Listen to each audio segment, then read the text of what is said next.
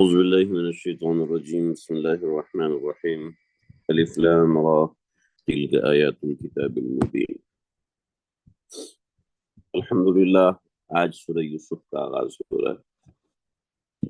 سورہ یوسف کی اہمیت فوقیت آپ حضرات جانتے ہیں، کتنی اہم ترین سورہ ہے قرآن مجید کی۔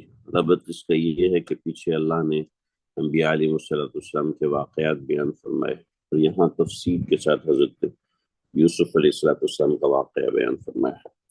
تفصیل کے ساتھ قرآن مجید میں سورہ یوسف ہے جو کہ سب سے اہم اور تفصیلی واقعات کو بیان فرماتی ہے، لیکن اس کے ساتھ اللہ رب العزت نے فرمائش کے اوپر اصحاب کہف کا واقعہ بھی بیان فرمایا ہے، ذوالقرنین کا واقعہ بھی اللہ رب العزت نے فرمائش پر بیان فرمایا ہے۔ اسی طریقے سے اور بہت سے واقعات ہیں جو کہ احادیث کے اندر آتے ہیں، البتہ سورہ یوسف اس میں سر فہرست ہے، سورہ کہف اس کے اندر سر فہرست ہے۔ اسی طریقے سے چند اور چیزیں ہیں جن کو اللہ رب العزت نے بیان فرمایا ہے۔ سورہ یوسف ان میں سے ایک ہے۔ قرآن کے اندر جو ہمارے پاس ترتیب ہے، اس ترتیب کے اعتبار سے یہ سورت نمبر 12 ہے، یعنی مصحف عثمانی کے اندر جو ترتیب ہے یہ 12ویں نمبر پر یہ سورت لکھی ہوئی ہے اور اس کا یہاں 12واں نمبر ہے۔ اور آپ سمجھ لیجئے کہ یہ جو ترتیب ہے یہ ترتیب بھی نبی علیہ السلام نے لگائی تھی۔ آپ علیہ السلام پہ جب بھی قرآن نازل ہوتا تھا تو آپ ارشاد فرما دیتے تھے کہ اس آیت کو فلاں آیت کے بعد لکھو، اس سورت کو فلاں سورت کے بعد لکھو، اور اس مضمون کو فلاں مضمون کے بعد لگاؤ۔ اس طریقے سے قرآن تو ڈفرنٹ اسپیس آف ٹائم میں نازل ہوا اور اس کی ترتیب بھی اور تھی، اس ترتیب کو ترتیب نزولی کہتے ہیں۔ میں نے اچھا یہ ترتیب نزولی کہیں محفوظ ہے، اس کے حوالے سے میں نے حضرت شیخ صاحب مفتی تقی عثمانی صاحب کا ایک مضمون پڑھا کہ حضرت نے ڈاکٹر محمود احمد غازی صاحب کو خط لکھا اور خط میں حضرت نے اس کا استفسار فرمایا کہ ترتیب نزولی کے اعتبار سے کہیں قرآن مجید محفوظ ہے یا کیا چیز ہے، اس کی کوئی سند اور اس طرح کی چیزیں مل جائیں۔ تو حضرت نے ڈاکٹر صاحب کو لکھا تھا۔ ڈاکٹر محمود احمد غازی صاحب بہت بڑے محقق تھے قرآن مجید کے، ان کے محاضرات قرآنی کے نام سے ان کی کتاب ہے، بڑی مشہور ہے، پڑھنے کے قابل ہے، اس کو دیکھ لینا چاہیے۔ تو ابھی حضرت شیخ صاحب کے اپڈیٹنگ جو کام ہیں اس کے اندر ایک یہ کام بھی ہے، ممکن ہے کہ کچھ وقت میں دنیا کے سامنے آئے، ابھی تک میں بھی اس بارے میں لا علم ہوں۔ تو ترتیب نزولی قرآن مجید کی اس اعتبار سے سورہ یوسف 53 نمبر پہ نازل ہوئی ہے، اور یعنی قرآن کی جو ترتیب ہے، جس طرح جیسے سب سے پہلے اقرا بسم ربک الذی کی 5 آیات نازل ہوئی، پھر اس کے بعد سورہ مدثر نازل ہوئی، پھر اس کے بعد اسی طریقے سے 7ویں نمبر پر سورہ فاتحہ نازل ہوئی ہے۔ اس میں کی بہت ساری چیزیں، اس سے حوالے سے میں چیزیں ذکر کرتا رہتا ہوں۔ البتہ ترتیب قرآنی ہے، اس کے اعتبار سے سورت نمبر 12 ہے، یعنی فاتحہ، بقرہ، نساء، آل عمران، مائدہ، انعام، اعراف اور توبہ اور انفال، توبہ، اور اس کے بعد سورہ یونس اور سورہ ہود اور اس کے بعد پھر یہ سورہ یوسف۔ تو یہ ترتیب قرآنی ہے، مصحف عثمانی کی ترتیب ہے۔ 111 آیات ہیں، اس کے 12 حصے ہیں، یعنی 12 رکوع ہیں۔ حضرت یوسف علیہ السلام کا واقعہ اس سورت کے اندر موجود ہے۔ مکے میں یہ سورہ نازل ہوئی ہے، اور حضرت یوسف علیہ السلام کے عنوان سے جو سورت ہے، اس کے ہم نے 5 حصے کیے ہیں۔ پہلے حصے میں صداقت قرآنی کا بیان ہے، جو قرآن کا اصل موضوع ہے اور اصل چیز ہے۔ اس کے بعد قصہ یوسف 15 احوال پہ مشتمل ہے۔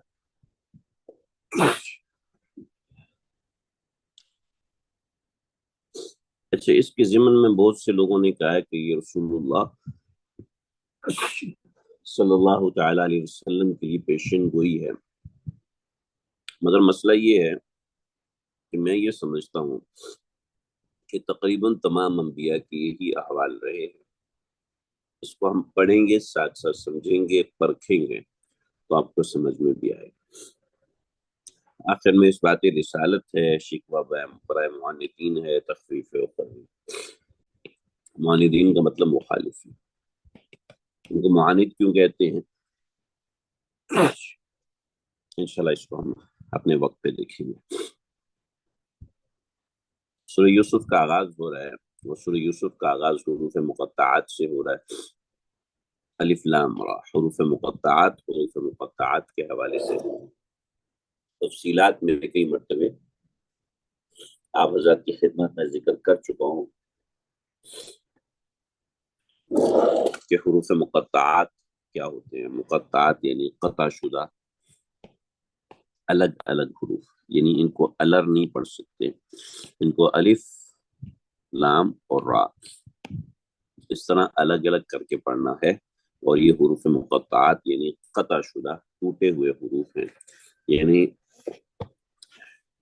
یہ حروف متصل ہے، یہ حرف متصل ہے، جڑا ہوا لفظ ہے، ٹھیک ہے۔ جیسے کسی کا نام ہے عمران، ٹھیک ہے، تو یہ جڑا ہوا لفظ ہے، لیکن اگر عین، میم، را، الف اور نون کو کر دیا جائے تو یہ ٹوٹے ٹوٹے حروف ہے، ٹھیک ہے، یعنی انسپیل ورڈ ہے۔ ایک تو سپیلنگ ورڈ ہے، ایپل ہم پڑھتے ہیں، ایک انسپیل ہے، یعنی جو سپیلنگ نہیں کیے جاتے، جیسے ای کا کوئی سپیلنگ نہیں ہوتا، بی کا کوئی سپیلنگ نہیں ہوتا، سی کا کوئی سپیلنگ نہیں ہوتا، تو ایسے ہی یہاں پر ہے۔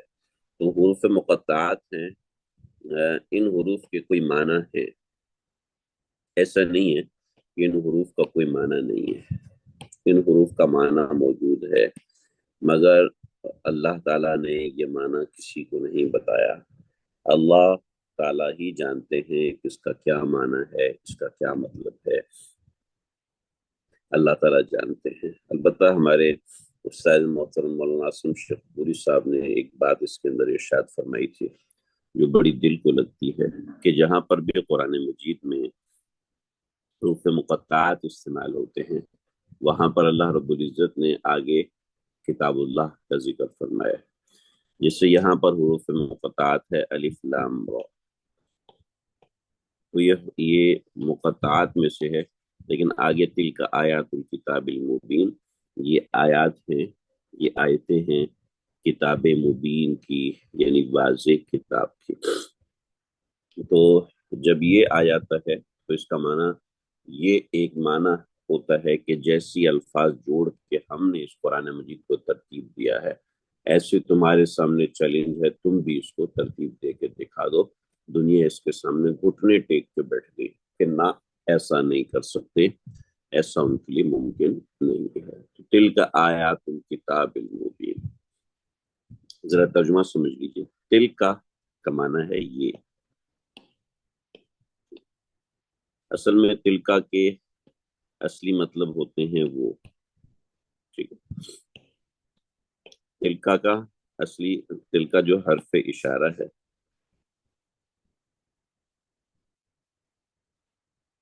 وہ جو حرف اشارہ ہوتا ہے وہ دو قسم کے ہوتے ہیں،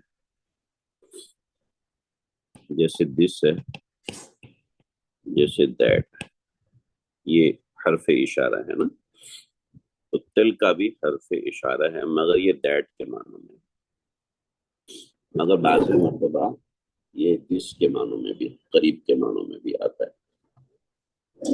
مجھے ایک منٹ دیجیے جی۔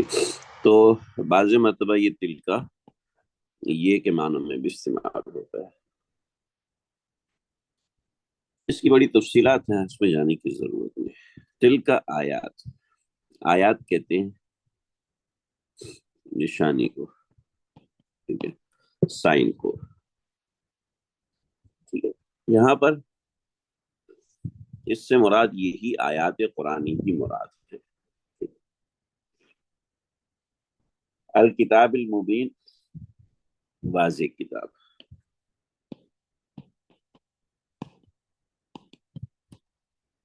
یہ آیتیں ہیں واضح کتاب کی، دل کا آیات الکتاب المبین، یہ آیتیں ہیں واضح کتاب کی، یعنی یہ آیات ہیں واضح کتاب کی، مفہوم کے اعتبار سے یہ معنی اس کا بنے گا۔ چنانچہ جیسا کہ میں نے ذکر کیا کہ حروف مقطعات اسی بات کی طرف اشارہ کر رہے ہوتے ہیں کہ یہ قرآن مجید سے تعلق رکھنے والی چیز ہے، تو یہ یہی معنی ہے۔ تلک آیات الکتاب المبین، یہ آیات ہیں، نشانیاں ہیں کتاب مبین کی، واضح کتاب کی۔ واضح کتاب یعنی قرآن مجید ایک مغلق کتاب نہیں ہے، بڑی واضح کتاب ہے۔ لیکن یاد رکھیے کہ اسی قرآن مجید کے اندر اللہ رب العزت نے خود فرمایا ہے ان ام الکتاب و اخر متشابہات، ان ام الکتاب و اخر متشابہات، کہ کچھ کتاب اللہ کی واضح نشانیاں ہیں اور کچھ متشابہات ہیں، یعنی کچھ تو واضح ہیں کچھ متشابہ ہیں۔ یہاں پہ اللہ فرما رہے ہیں تلک آیات الکتاب المبین، ھذا بیان للناس، یہ لوگوں کی وضاحت کے لیے ہے، جیسے سورہ ابراہیم کے آخر میں۔ تو جب تلک آیات الکتاب المبین یہاں فرمایا اور ادھر سے فرمایا ہن ام الکتاب و اخر متشابہات، اس میں کچھ متشابہ چیزیں بھی ہیں، اور تیسری جگہ فرمایا وَلَقَدْ يَسَّرْنَا الْقُرْآنَ لِلذِّكْرِ فَهَلْ مِن مُدَّكِرٍ۔ تو ایک بات سمجھیے، یہاں پر آپس میں بظاہر تضاد ہو رہا ہے۔ تلک آیات الکتاب المبین، یہ نشانیاں ہیں، یہ آیتیں ہیں واضح کتاب کی۔ جب واضح کتاب کی ہے تو پھر قرآن مجید تو متشابہ نہیں ہونا چاہیے، ایک بات یہ ہے۔ دوسری بات یہ ہے کہ بہت سے علماء کہتے ہیں کہ قرآن مجید کسی سے سیکھو، کسی سے سیکھو، خود سے اس میں ماسٹر نہ بنو۔ جب یہ کتاب واضح ہے تو پھر کسی سے سیکھنے کی کیا ضرورت ہے؟ آسان ہے تو پھر کسی سے سیکھنے کی کیا ضرورت ہے؟ تو بات یہ ہے کہ اگر ایسی ہی بات ہوتی جو ہمیں ترجمے سے سمجھ میں آ رہی ہے تو اس کا کیا معنی ہے؟ ایک لفظ پیچھے ہے، اس کا کیا معنی ہے ذرا بتائیے۔ اگر ترجمے کے اندر جو بات ہمیں سمجھ میں آ رہی ہے، جیسا کہ بہت سے لوگوں نے اس کے اوپر تنظیمیں بنائی ہوئی ہیں،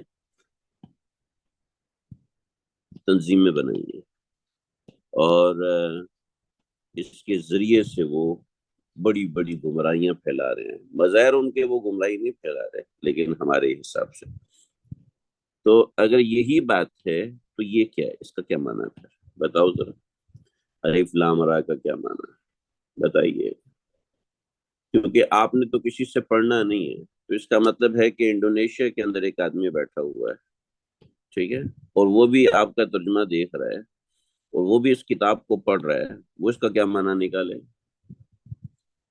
جی وہ کسی سے پوچھے نہیں، کسی سے پوچھنے کو تو آپ خود منع کرتے ہیں نا، کسی کو گائیڈ بنانے سے تو آپ منع کرتے ہیں، آپ کہتے ہیں نہیں یہ واضح کتاب ہے۔ جب واضح کتاب ہے تو اس کا کیا معنی ہے بتائیے ذرا۔ جب واضح کتاب ہے، جیسے ایک صاحب نے کہا قرآن مجید واضح ہے، مجھے حدیث کی ضرورت نہیں، حدیث کی ضرورت نہیں جب قرآن واضح ہے۔ تو میرے استاد محترم مولانا منظور مینگل صاحب دامت برکات، انہوں نے فرمایا ٹھیک ہے قرآن واضح ہے، آپ کو کسی حدیث کی ضرورت نہیں، کیونکہ یہ فتنہ ایک جگہ نہیں رکتا، پھر یہ آگے بڑھتا ہے اور آگے بڑھتا ہے اور بڑھتا چلا جاتا ہے۔ تو جب ایک بات ہے کہ ہمیں جب کتاب واضح ہے تو ہمیں کسی سے سیکھنے کی ضرورت نہیں ہے، خود سیکھو، خود پڑھو، خود سیکھو خود پڑھو، ٹھیک، یہ واضح ہدایات ہیں، ٹھیک ہے، ماشاءاللہ آپ نے بہت اچھی وضاحت کی ہے، مگر یہ بات آپ نے کہاں سیکھی؟ قرآن مجید میں کہاں لکھی ہوئی ہے؟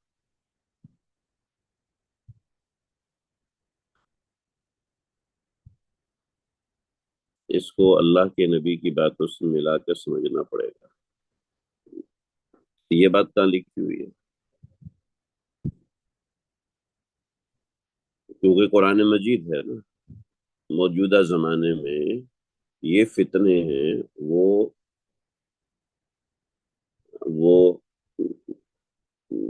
موجودہ زمانے میں جو فتنے ہیں وہ فتنے انہی الفاظ سے آپ کو دھوکہ دیتے ہیں، انہی الفاظ سے آپ کو راستے سے ہٹاتے ہیں.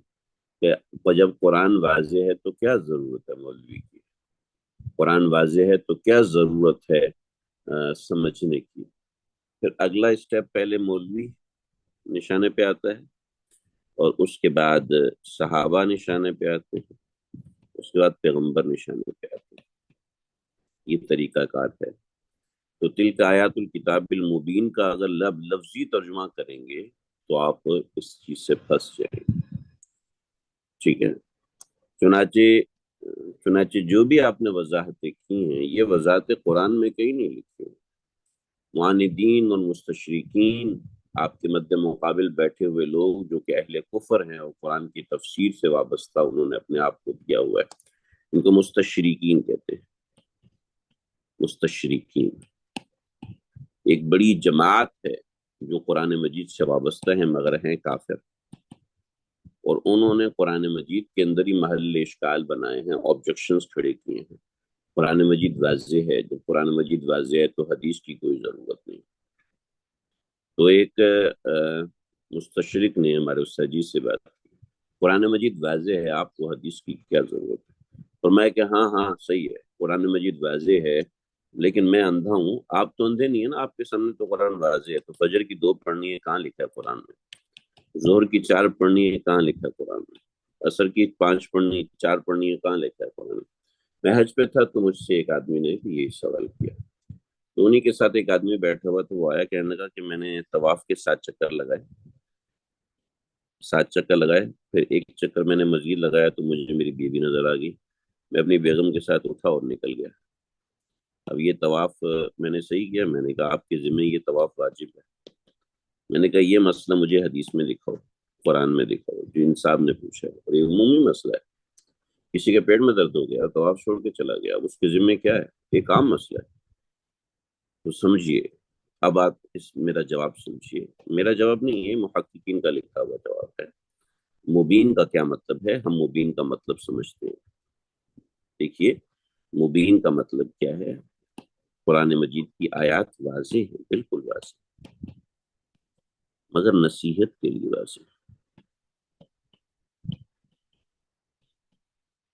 قرآن مجید کی کوئی نصیحت ڈھکی چھپی نہیں ہے. قرآن مجید کی جو دلائل ہیں وہ واضح.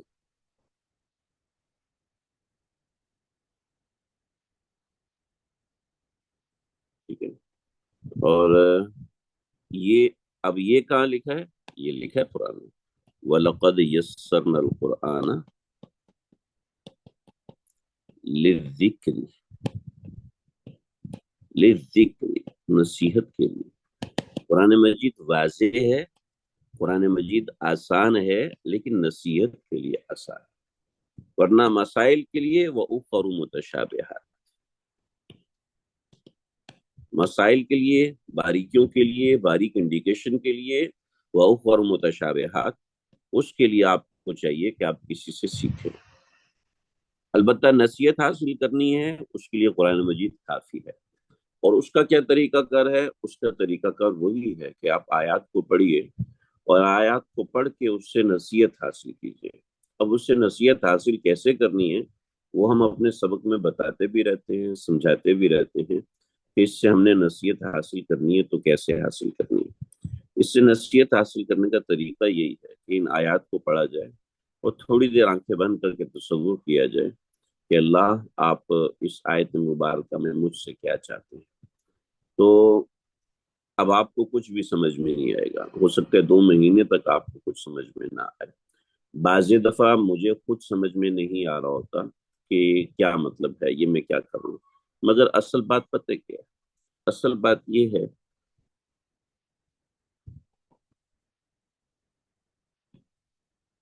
آپس میں ایک لنک لنک جنریٹ ہو جاتا ہے، یہ ایک لنک جنریٹ ہوتا ہے، اللہ تعالیٰ اور بندے کا ایک لنک جنریٹ ہوتا ہے۔ دیکھیں مجھے کوئی بندہ کال کرتا ہے نا، تو میرے پاس مسڈ کال لازمی آتی ہے، ٹھیک ہے، مسڈ کال لازمی آتی ہے، مجھے پتا چل جاتا ہے کہ فلاں نے مجھ سے اتنے بجے کنیکٹ کیا، ٹھیک ہے۔ تو اللہ رب العزت کو جب بندے کا کنیکٹیویٹی پتہ چلتی ہے، میں تو انسان ہوں، سویا ہوا ہوں، میں انسان ہوں، مصروف ہوں، میرا فون سائلنٹ پہ ہے، مجھے تو نہیں پتہ چلے گا، لیکن اللہ تعالیٰ کو اسی وقت پتہ چل جاتا ہے، بلکہ اس کے کروڑوں سال پہلے سے پتہ ہوتا ہے میرا بندہ مجھ سے رابطہ کرنا چاہ رہا ہے۔ تو اللہ سے کنیکٹیویٹی کا جو سب سے بہترین پوائنٹ ہے وہ آیات، ٹھیک ہے۔ تو یہ واضح آیات ہے، یہ آپ کا سینہ کھولتی ہے، یا آپ کے دل کو کھولتی ہے، یا آپ کے معاملات کو کھولتی ہے، یا آپ کے کاموں کو کھولتی ہے۔ مگر ان آیات کو، اس قسم کے الفاظ کو لوگوں نے فرقہ پرستی کے لیے استعمال کیا، نفرتیں پھیلانے کے لیے استعمال کیا، آپس میں ایک دوسرے سے دور کرنے کے لیے استعمال کیا، اس کے غلط معنی اور مطالب لے کر۔ یہ آیات اللہ کے نبی کے زمانے میں بھی تو نازل ہوئی تھی نا، 53ویں نمبر پہ یہ صورت نازل ہوئی، تو صحابہ کرام تو اللہ کے نبی کو چھوڑ دیتے، آپ جائیں، جب آیات واضح ہیں تو ہمیں اللہ بتائیں گے، اب آپ کو بتانے کی ضرورت نہیں ہے، ایسا تو نہیں ہوا نا۔ تو اس کا معنی ہے، اس کا صاف مطلب ہے کہ جو معنی بتایا جاتا ہے وہ غلط ہے، بلکہ آیات کو سمجھنا ہے، اور آیات سے نصیحت حاصل کرنی ہے، مگر ظاہری بات ہے اس کے لیے آپ کو ریسورس استعمال کرنے ہیں، ان ریسورس کے بغیر آپ نہیں کر سکتے، آپ بغیر کانوں کے نہیں سن سکتے، بغیر آنکھوں کے نہیں دیکھ سکتے، بغیر دانتوں کے چبا نہیں سکتے، بغیر زبان کے بول نہیں سکتے، تو ریسورس استعمال کرنا ضروری ہے۔ آیات مبین ہے، مگر آیات مبین ود ریسورس ہوتا ہے، ٹھیک ہے۔ ایک ایسی بات ہے جو کہ فطری چیز ہے، فطری چیز کو چھٹلایا نہیں جا سکتا، تو یہ ایک فطری بات ہے، انسان کو سیکھنا پڑتی ہے، ہر چیز انسان کو سیکھنی پڑتی ہے، ایسا نہیں کہ واضح ہے تو اب مجھے سیکھنے کی ضرورت نہیں ہے۔ اور یہ ایک بہت اہم پوائنٹ ہے، اس لیے میں نے اس کو تھوڑا سا ہائی لائٹ کیا۔ اللہ اکبر کبیرہ۔ تو یہ آیت سمجھ میں آ گئی آپ کو؟ تلک آیات الکتاب المبین، یہ آیات ہیں کتاب مبین کی، یہ نشانیاں ہیں کتاب مبین کی، واضح آیات ہیں۔ انا انزلناہ، جو نئے لوگ ہیں ان کو معنی نہیں آ رہا ہوگا، کوئی گھبرانے کی بات نہیں ہے، ہم کر دیتے، انا بے شک، یقین رکھو، ہم کوئی بھی بات شروع کرتے ہیں نا تو ہم اس کے لیے کوئی ورڈنگ استعمال کرتے ہیں، جیسے آپ کوئی بھی بات کرتے ہیں، کسی سے بھی بات کرتے ہیں تو اس کے لیے ایک ورڈنگ استعمال کرتے ہیں، یار بات سنو،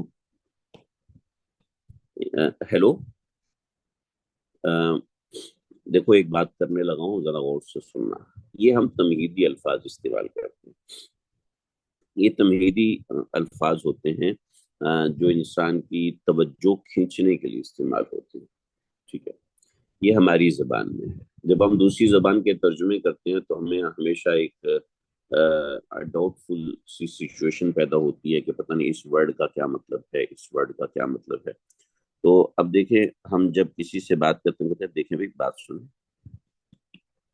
دیکھیں بات سنیں، وہ کہتے ہیں یار دیکھوں یا بات سنیں، اس لیے کہ وہ آپ کی زبان، آپ کے محاورے کو نہیں سمجھتا، وہ انہی دو لفظوں میں کنفیوز ہو جائے گا،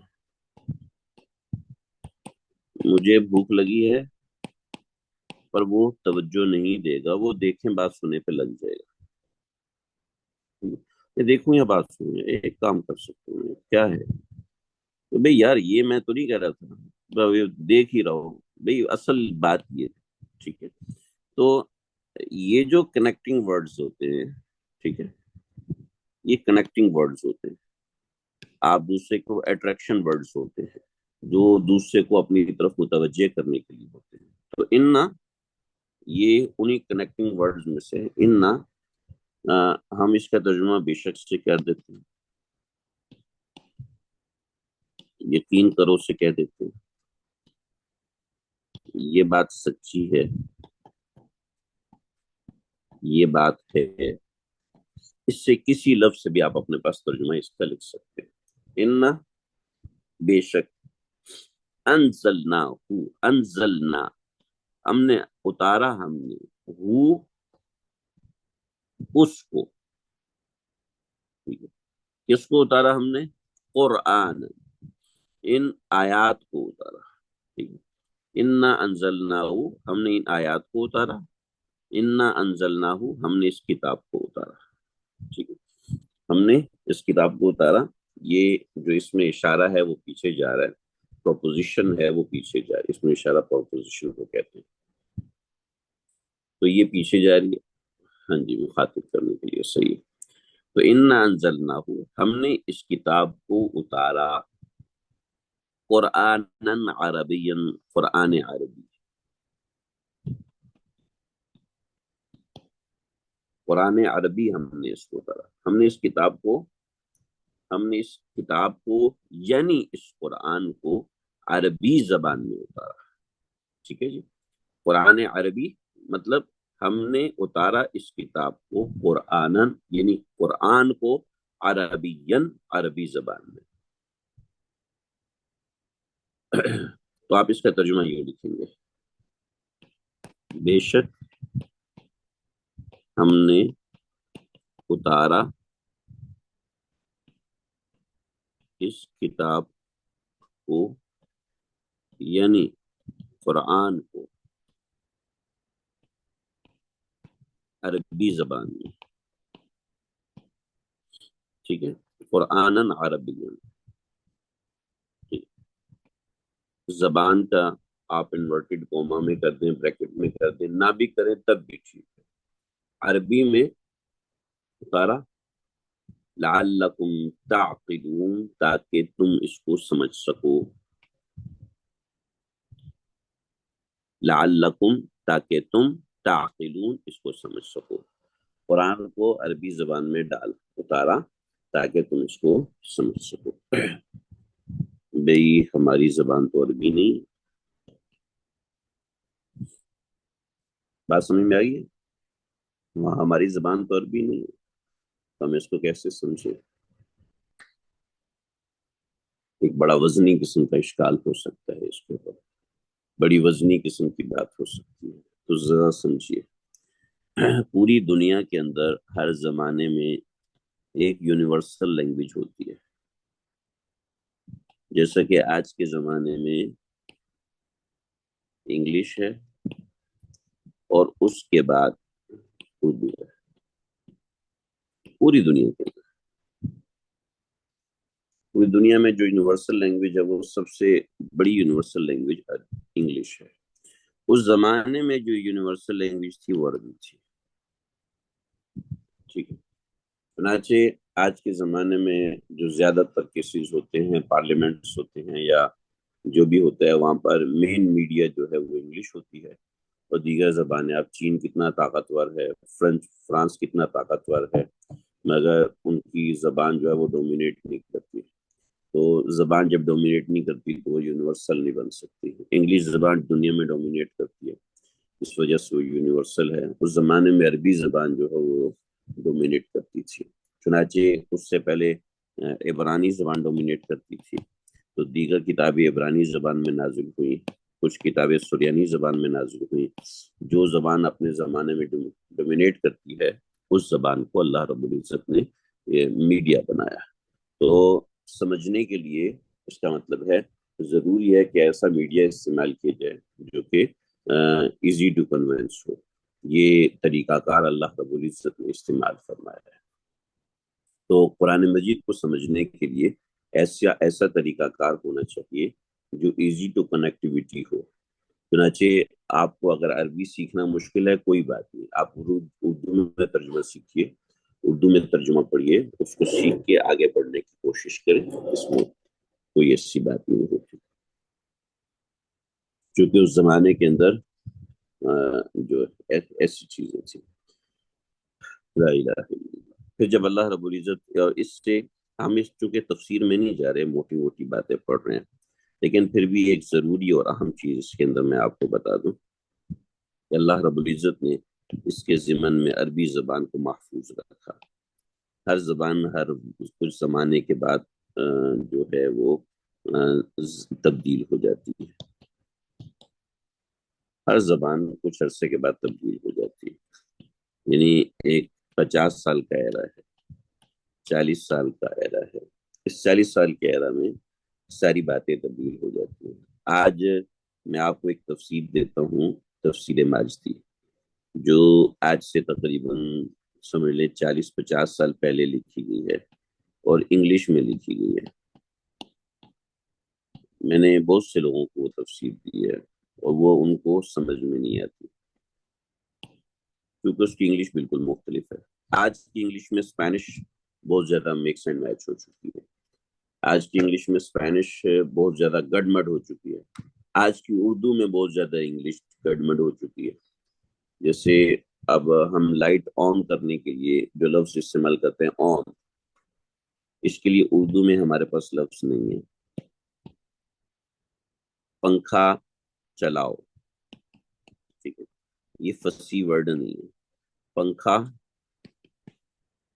آن کرو، ٹھیک ہے۔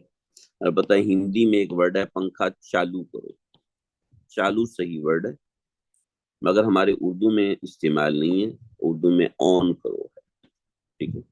تو اب پنکھا آن کرو، بچوں کو اس کی ذرا ٹرانسلیشن کر کے دکھائیے، نہیں کر سکتے آپ۔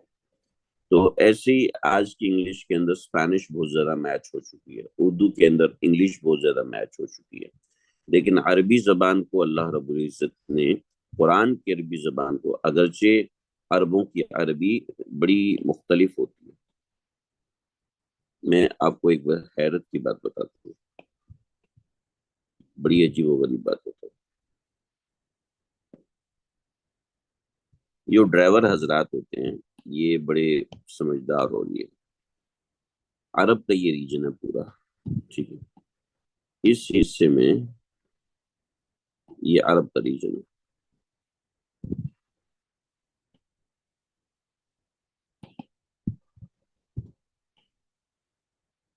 اس حصے کی عربی اس حصے کی عربی سے مختلف ہے، اس حصے کی عربی اس حصے کی عربی سے مختلف ہے، ہر حصے کی عربی دوسرے حصے کی عربی سے بہت مختلف ہے۔ جیسے پاکستان میں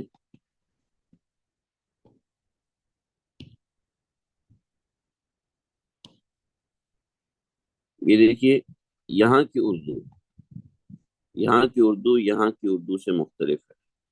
میں درمیان میں سندھ گیا تھا، اندرون سندھ گیا تھا، میں نے وہاں اردو میں بیان کیا، لیکن آپ میرا اردو کا وہ بیان سن کے پہچان نہیں سکیں گے کہ میں بات کروں،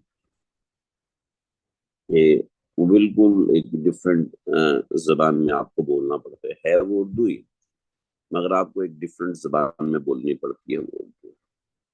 یہاں سے پنجاب چلے جائیں، ٹھیک ہے، پنجاب کی اردو بالکل الگ ہے، حتیٰ کہ پنجاب کے اندر جو پنجابی ہے وہ پنجابی اور سرائکی میں تبدیل ہو جاتی ہے۔ پھر آپ تھوڑا سا آگے چلے جائیں کے پی کے، وہاں کی اردو اور بھی بالکل مختلف ہے۔ ادھر کوئٹہ چلے جائیں تو اوے تمہارا کیا حال، اوے تم کدھر بیٹھی ہے، اب وہ مذکر کو مونس، مونس کو بھی اپنا یہ ماؤس طرح سنبھال کے، مذکر کو مونس، مونس کو مذکر بولنا ان کے لیے بھئی یہ خیال کریں گے،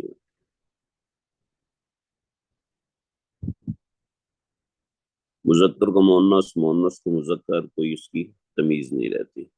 مگر کیا ہے، مگر جب عربی فصیح عربی جو قرآن کی عربی، وہ اتنے زیادہ سلینگز شامل ہونے کے باوجود، اتنی زیادہ چیزیں شامل ہونے کے باوجود اس کا ٹیسٹ وہی ہے، اس کا پیس وہی ہے، اس کی بنیاد اور مزاج وہی ہے۔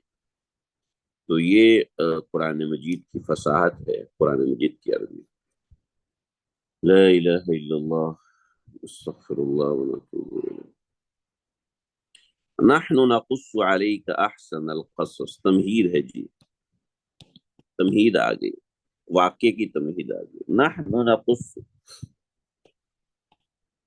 ہم بیان کرتے ہیں، نحن ہم، نقص بیان کرتے ہیں، علیک آپ کے اوپر، ہم آپ کے اوپر بیان کرتے ہیں۔ اچھا، انا انزلناہ، ہم نے اتارا اس کتاب کو، قرآنن یعنی قرآن کو، عربین عربی زبان میں، لعلکم تعقلون تاکہ تم اس کو سمجھ سکو۔ تو اور عربی ایسی بنائی کہ ہر کوئی اس سے تعلق رکھ سکتا ہے، سمجھ سکتا ہے۔ تعقلون کا مطلب کیا ہے؟ تمہیں عقل آئے۔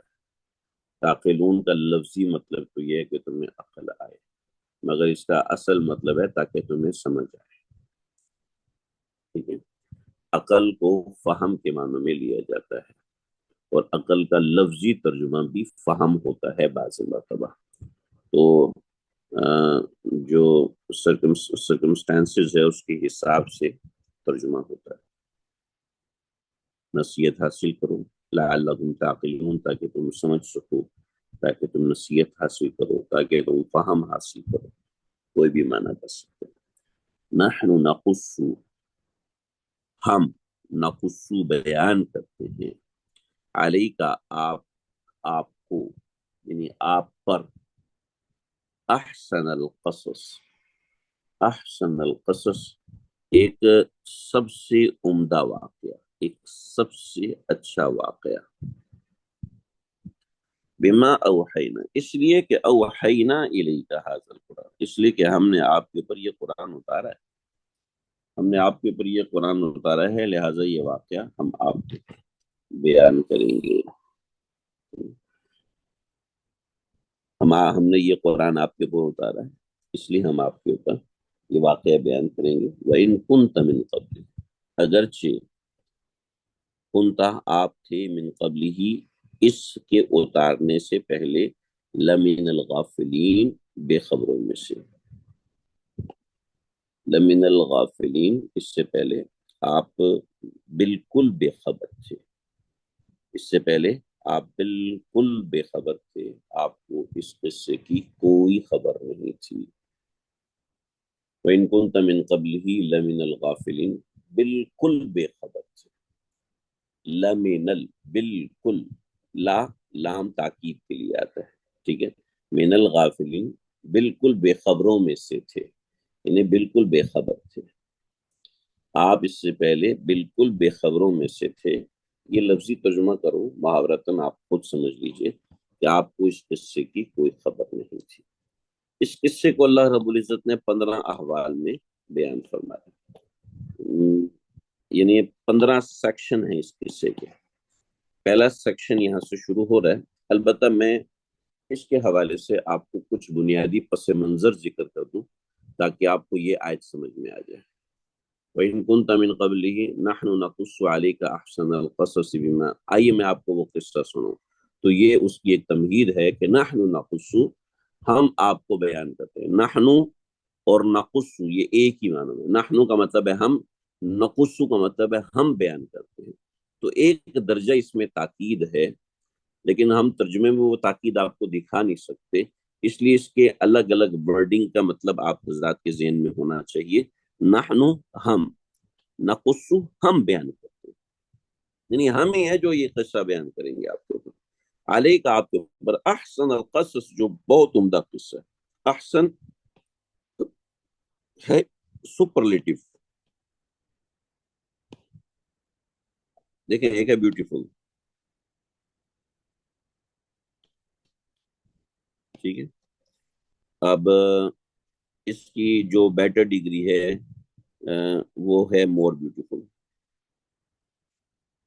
ٹھیک ہے، اور جو سب سے زیادہ خوبصورت ہے دا موسٹ بیوٹیفل، ٹھیک ہے، تو دا موسٹ بیوٹیفل یہ سپرلیٹو ہے، ٹھیک ہے۔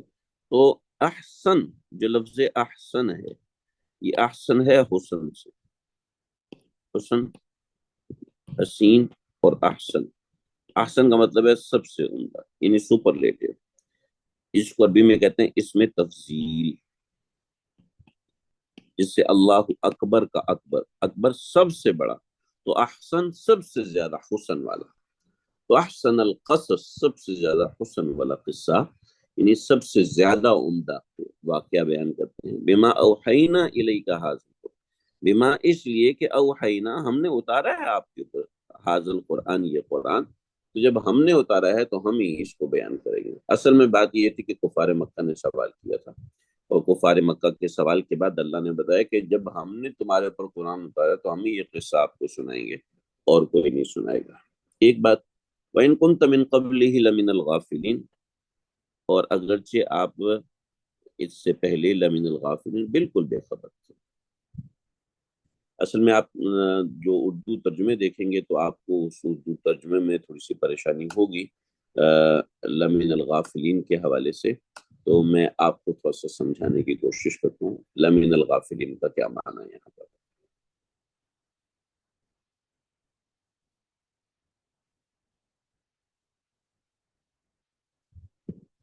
ہم یہاں سمجھ رہے ہیں لمن الغافلین،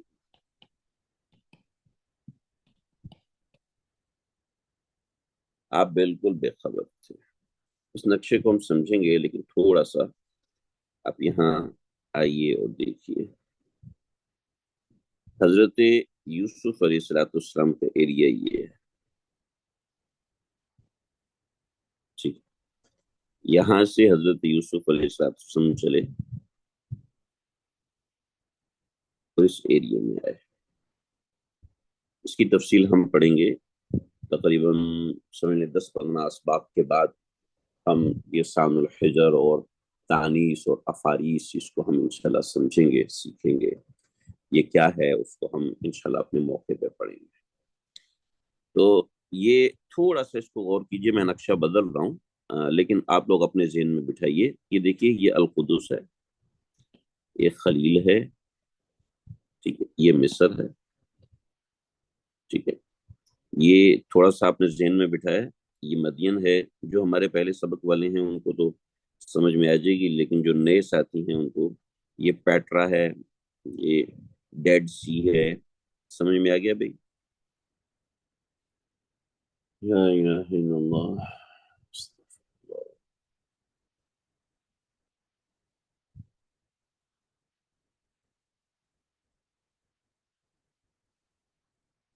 یہ بات سمجھ میں آئے گی جی؟ یہ ہم آپ نے دیکھ لیا، یہ آپ کا جو سوال ہے عام سا سوال ہے، اس کو ہم انشاءاللہ دیکھ لیں گے پھر کبھی۔ لمن الغافلین کو ذرا سمجھنا ہے ہم نے، تو ہم آتے ہیں اس میپ کے اوپر۔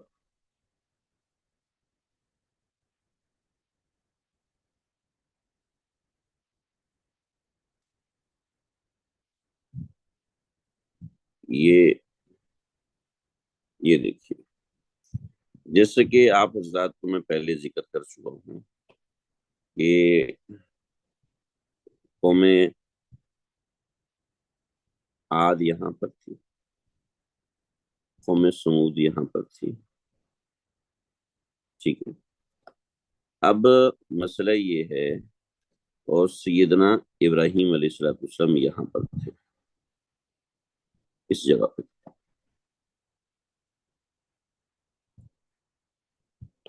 جو عرب حضرات تھے ان کا واسطہ یہاں سے تھا، یہاں سے تھا، اور یہاں سے تھا، ٹھیک ہے۔ عرب حضرات کا واسطہ یہاں پہ تھا، اور جو حضرت ابراہیم کی اولادیں تھیں ان کا واسطہ یہاں سے ادھر آتا تھا، ٹھیک ہے۔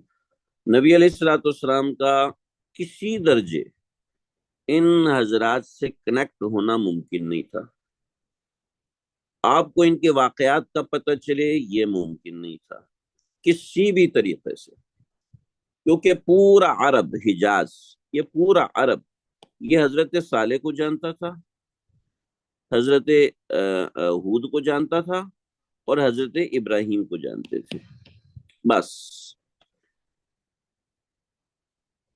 اس کے علاوہ عرب کسی کو نہیں جانتے تھے، میں بھی حضرت اسحاق کا کچھ تذکرہ ہوتا ہو، لیکن حضرت ابراہیم عرب حضرات صرف یہ 3 بڑے پیغمبروں کو جانتے تھے، اس کے علاوہ کسی کو نہیں جانتے تھے، نہ تذکرہ تھا، نہ کوئی بات تھی، نہ کچھ پتا تھا، حتیٰ کہ بعض حضرات سے نے صرف یہودیوں سے نام سنے ہوئے تھے کہ اور بھی پیغمبر ہیں بس، لیکن عرب حضرات صرف ان 3 کو جانتے تھے، صالح، ابراہیم اور ہود، کہ وہ اس علاقے کے تھے، اور حضرت ابراہیم کو اس نسبت سے نہیں جانتے تھے، بلکہ مکہ مکرمہ آنے کی نسبت سے حضرت ابراہیم کو جانتے تھے، بیت المقدس اور ان سب چیزوں سے کوئی نسبت ہی نہ تھی۔ تو حضرت ابراہیم علیہ السلام کو مکہ آنے کی وجہ سے جانتے تھے، صالح کو اور ہود کو اپنے قریبی علاقے کی وجہ سے جانتے تھے۔ اس کے علاوہ عربوں کے اندر کسی پیغمبر کی حوالے سے کوئی بات اور کوئی خبر نہیں تھی، حتیٰ کہ یہ بھی نہیں جانتے تھے کہ دیگر پیغمبر بھی گزرے ہیں، کیونکہ صالح اور دیگر جو مدائن صالح اور مدائن ہود ہیں جو وہ ان کے سامنے ہوتے تھے۔ تو نبی علیہ السلام کو اس حوالے سے بالکل بے خبری تھی۔ تو لا تاکید کے لیے آیا، لمن الغافلین، بالکل بے خبر تھے، بالکل بے خبر تھے۔ اب غافل کا ایک مطلب ہے لاپرواہ، ظاہر بات ہے لاپرواہ کا معنی ہر جگہ پر نہیں کیا جائے گا، لاپرواہ کا معنی اس وقت کیا جائے گا جب کسی غافل آدمی کو آپ ڈانٹ رہے ہیں اس کی کسی برائی کے اوپر۔ یہاں پر تو آپ کو بتایا جا رہا ہے کہ کوئی بھی چیز آپ کے پاس نہ تھی، اور بس یہ معاملہ۔ چنانچہ یہ حضرات صرف ان لوگوں کو جانتے تھے، جیسے کہ میں نے آپ کو پہلے بھی دکھایا کہ یہ